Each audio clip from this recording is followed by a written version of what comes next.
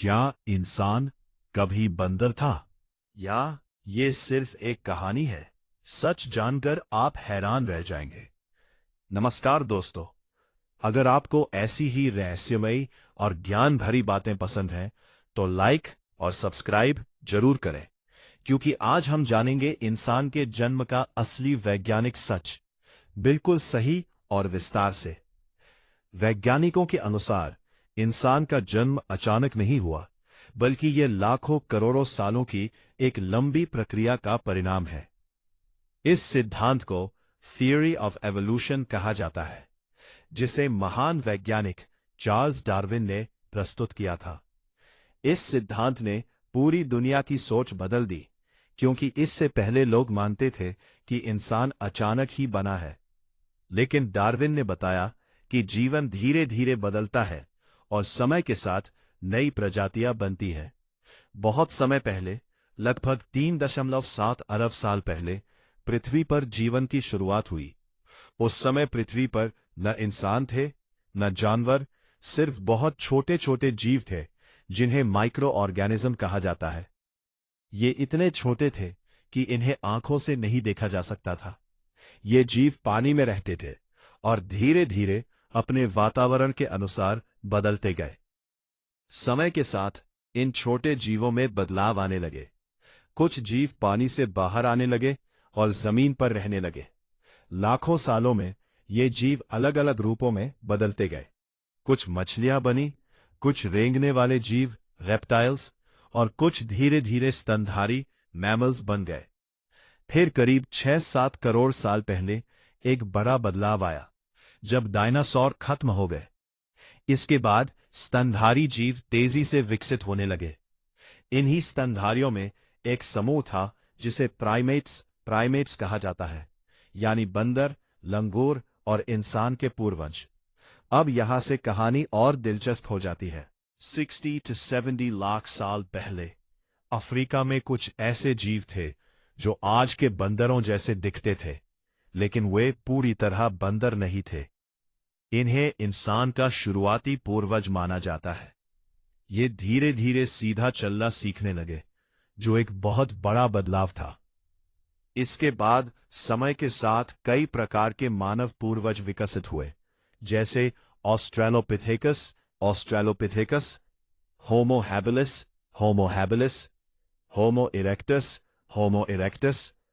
इनमें सबसे खास बदलाव था दिमाग का विकास।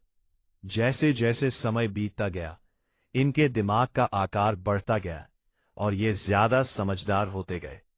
इन्होंने पत्थरों के औजार बनाना शुरू किया, आग का उपयोग करना सीखा और समूह में रहना शुरू किया। फिर लगभग 3 लाख साल पहले एक नई प्रजाति का जन्म हुआ, होमो सेपियंस, यानी आधुनिक इंसान। यही हम हैं। होमो सेपियंस की सबसे बड़ी खासियत थी उसकी सोचने समझने की क्षमता। इंसान ने भाषा विकसित की, कला बनाई, खेती शुरू की और धीरे धीरे सभ्यता का निर्माण किया। यही कारण है कि आज इंसान पृथ्वी पर सबसे बुद्धिमान प्रजाति माना जाता है। अब एक बहुत जरूरी बात समझ लो। वैज्ञानिक ये नहीं कहते कि इंसान सीधे आज के बंदरों से बना है, बल्कि इंसान और बंदर दोनों का एक साझा पूर्वज, कॉमन एंसेस्टर था। मतलब बहुत पहले एक ऐसा जीव था जिससे अलग अलग रास्तों पर चलकर एक तरफ बंदर बने और दूसरी तरफ इंसान। यह पूरी प्रक्रिया लाखों सालों में हुई। इसमें छोटे छोटे बदलाव, म्यूटेशंस होते रहे, और जो बदलाव फायदेमंद थे वे आगे की पीढ़ियों में बने रहे। ही नेचुरल सिलेक्शन कहा जाता है, यानी प्रकृति खुद तय करती है कि कौन जीव आगे बढ़ेगा और कौन नहीं। उदाहरण के लिए, अगर कोई जीव अपने वातावरण के अनुसार खुद को ढाल लेता है तो उसके बचने के चांसेस ज्यादा होते हैं, और जो नहीं ढल पाता वो धीरे धीरे खत्म हो जाता है। इसी तरह से धीरे धीरे नई प्रजातियां बनती हैं। इंसान के विकास में भी यही हुआ। जो जीव ज्यादा समझदार थे, बेहतर तरीके से जी सकते थे, उन्होंने अपनी अगली पीढ़ी को जन्म दिया और धीरे धीरे इंसान जैसा रूप बन गया। आज के समय में भी एवोल्यूशन रुक नहीं गया है। इंसान आज भी बदल रहा है, धीरे धीरे, बहुत छोटे स्तर पर। विज्ञान लगातार नए नए सबूत खोज रहा है, जैसे फॉसिल्स, जीवाश्म, डीएनए और हड्डियों के अवशेष, जो ये साबित करते हैं कि इंसान का विकास एक लंबी प्रक्रिया का परिणाम है। मतलब साफ है, इंसान एक दिन में या अचानक नहीं बना, बल्कि करोड़ों सालों की यात्रा के बाद आज यहां तक पहुंचा है। सोचो जरा, एक छोटा सा जीव, जानवर, प्राइमेट और फिर इंसान। ये सफर अपने आप में किसी चमत्कार से कम नहीं है।